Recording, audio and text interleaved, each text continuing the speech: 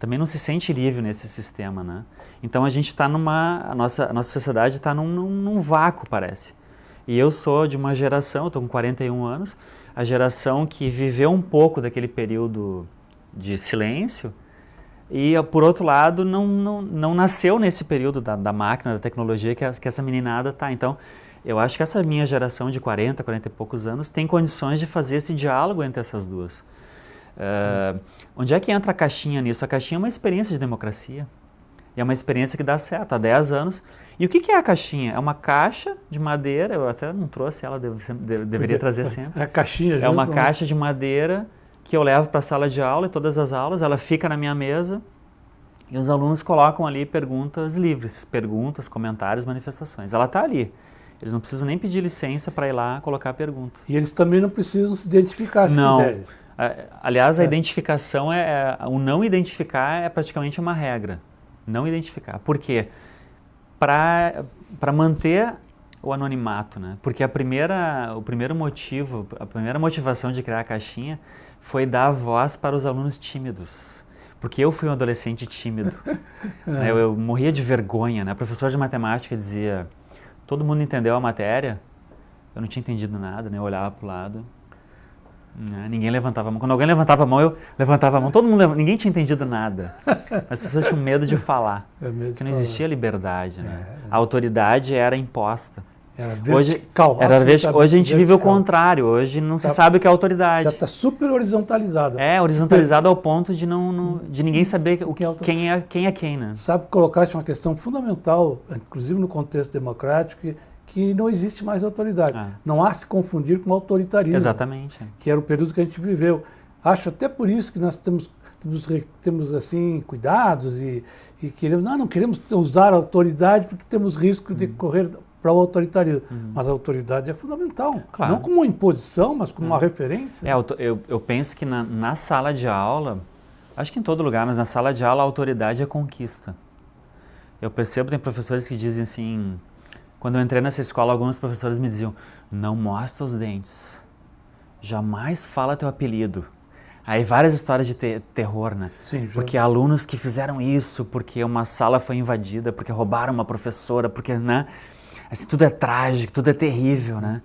Na verdade, são adolescentes, né? Adolescentes. Se eu for dar aula lá na China, se eu souber falar chinês, né? São adolescentes, né? Num outro contexto, mas são adolescentes também. Então, quer dizer... Não é esse drama todo, né? O ser humano é o ser humano em qualquer lugar. Né? Mas a autoridade é conquistada. Não adianta chegar no primeiro dia de aula e dizer quem manda aqui sou eu falo e acabou, ninguém levanta a mão, ninguém abre a boca. Essa figura de professor está em extinção.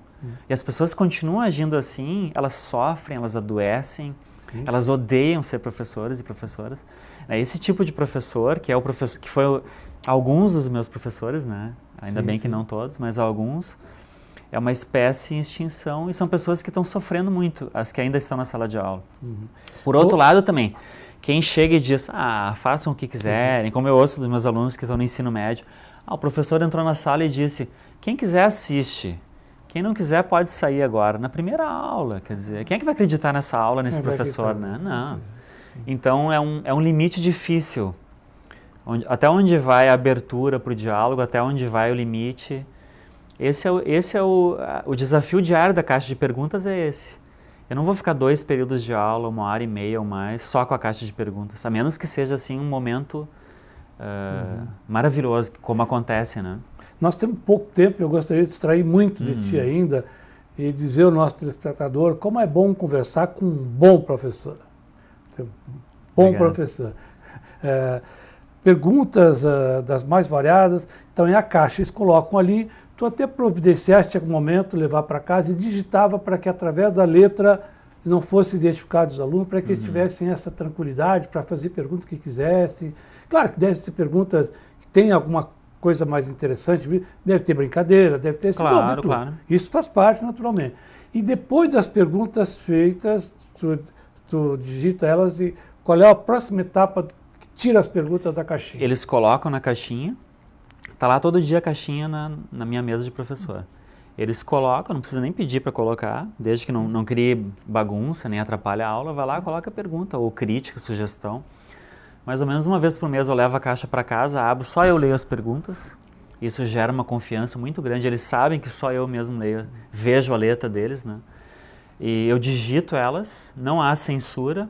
A única censura a regra é não ofender pessoas, não usar palavrão.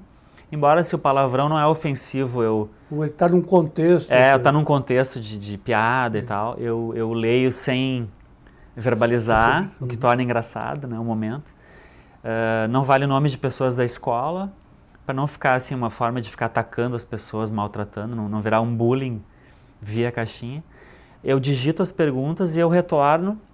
No início de cada aula, em geral, no início das aulas, eu leio algumas perguntas.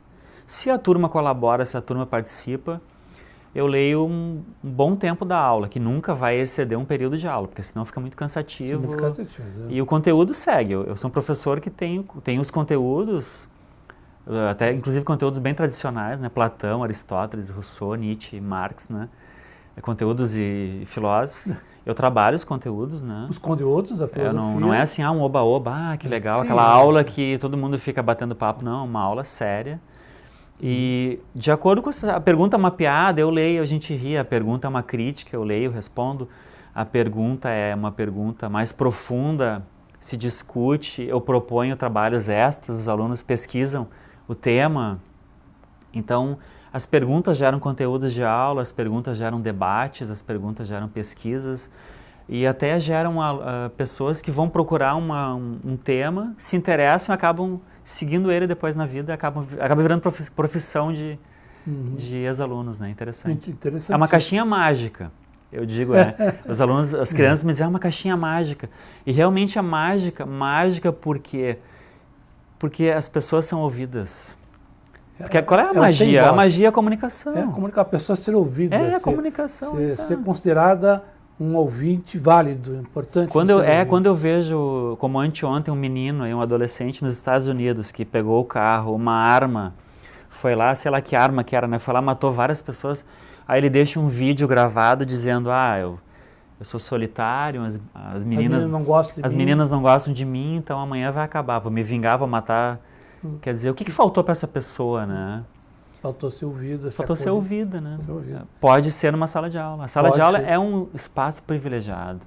Nós não podemos, mesmo os professores que estão assim decepcionados com a profissão, com o mundo, com o rumo das coisas, eu sempre penso assim, sempre há o que fazer. Sempre há, assim... O professor Helenilton e o escritor Helenilton. Eu até chamo a atenção, telespectadores, professoras, escolas. Eu sugiro que vocês convidem ele para conversas com professores.